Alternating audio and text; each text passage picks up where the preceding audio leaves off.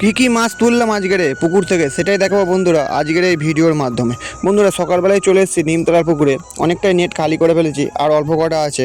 তো প্রথমে পুকুরে আমি নামার জন্য গামলিটা পুকুরের জলে ফেলে দিলাম, তারপরে সোলাটা নিয়ে পুকুরে চলে এসেছি আজকের যে নেটটা থেকে মাছ তুলবো সেই নেটটার কাছে। প্রথমে নেটটা জড়ো করে নিয়ে তারপর আমার হাত নেট দিয়ে ছানা মেরে মাছগুলো আস্তে আস্তে তুলে গামলির মধ্যে রাখবো। প্রচণ্ড নোংরা, তাই নোংরাগুলো ফেলে দিয়ে সব মাছগুলো পরিষ্কার জলের মধ্যে রেখে দিয়েছি। এবারে আপনাদের বলবো যে এই গামলিটাতে কী মাছ আছে। এই গামলিটাতে আছে বড় ধাড়ি রোজি মাছের ফিমেল, কটা রেড কাপ আর অল্প কটা সি গ্রিন জ্যাবরার ফিমেল। তো বন্ধুরা সব মাছগুলো আমি এক করে নিয়ে সব গামলির মধ্যে রেখে দেবো। তো এই যে সি গ্রিন জ্যাবরা দেখতে পাচ্ছ, এটা হলো প্লেন। আর আগের দিন আপনাদের একটা ভিডিও পোস্ট করেছিলাম, সেই ভিডিও দেখেছিলাম সি গ্রিন জ্যাবরার হাই পিন। সেই ভিডিও যদি আপনারা দেখতে চান তাহলে সেই ভিডিওর লিঙ্ক এই ভিডিওর ডেসক্রিপশনে দেওয়া থাকবে।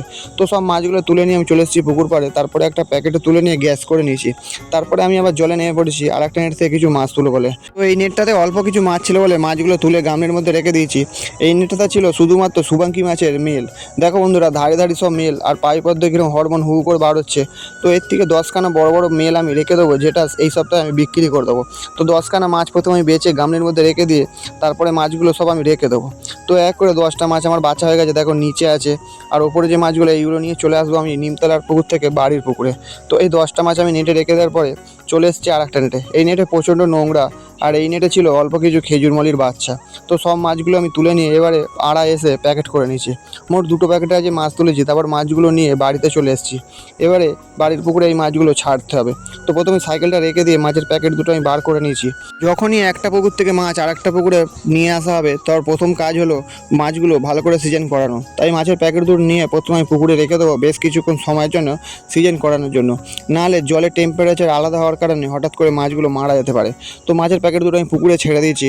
এবারে আমার কাজ হলো প্রথমে নেট খাটানো। তার কারণ যেহেতু এই পুকুরে অল্প নেট খাটিয়েছি, তাই কটা নেট শুকনো ওপরে রাখা ছিল সেই নেটগুলো আমি পুকুরে ছুঁড়ে ছুঁড়ে ফেলে দিলাম। এবারে এই নেটগুলো আমাকে খাটাতে হবে, নাহলে এই মাছগুলো কিন্তু ছাড়া যাবে না। তো সোলাটা নিয়ে নেমে পড়লাম নেটগুলো খাটাতে। তো বন্ধুরা এবার নেটগুলো খাটিয়ে নেওয়ার পরে আবার দেখাচ্ছি আপনাদেরকে। বন্ধুরা আগামীকাল আমি একটা ভিডিও পোস্ট করেছিলাম যে নিমতলা পুকুর থেকে কী মাছ তুলেছিলাম। সেই ভিডিও যদি আপনারা দেখতে চান তাহলে সেই ভিডিওর লিঙ্ক এই ভিডিওর ডেসক্রিপশনে দেওয়া থাকবে। তো নেট খাটানো হয়ে গেছে, আমি ওপরে উঠে পড়েছি। মাছগুলো অনেকক্ষণ সিজন করানো হয়ে গেছে, তারপর সোলাটা নিয়ে আবার নেমে পড়েছি।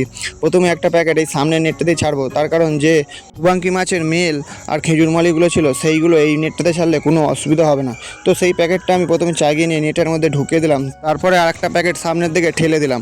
তো প্রথমে শুভাঙ্কি মাছের প্যাকেটটা খোলা হয়ে গেছে, বেশ জল ঢুকিয়ে সিজন করে নেওয়ার পরে আস্তে আস্তে মাছগুলো সব ছেড়ে দিচ্ছি। দেখো জলটা সবুজ হওয়ার কারণে অনেকগুলোই মাছ কিন্তু ভালো করে বোঝা যাচ্ছে না। তো প্যাকেট থেকে সব মাছ ছেড়ে দিতে ওরা নেটের মধ্যে চলে গেল। তারপরে একটুখানি দেখে নিয়ে এবার আমি চলে গেলাম আর একটা নেটে, যে নেটটা সবে খাটিয়েছি। এসে রোজি মাছের প্যাকেটটা আমি ভালো করে খুলে সিজন করে নিয়ে মুখটা যে নিচু করলাম, হু করে সব মাছগুলো বেরিয়ে যাচ্ছে। তো বন্ধুরা আজকের ভিডিও এই পর্যন্তই, আবার দেখা হবে আগামীকাল অন্য কোনো মাছের ভিডিও নিয়ে। আর যদি ভিডিওটি ভালো লাগে থাকে তাহলে একটি লাইক করবেন আর সাবস্ক্রাইব করে চ্যানেলটির পাশে থাকবেন। ধন্যবাদ বন্ধুরা।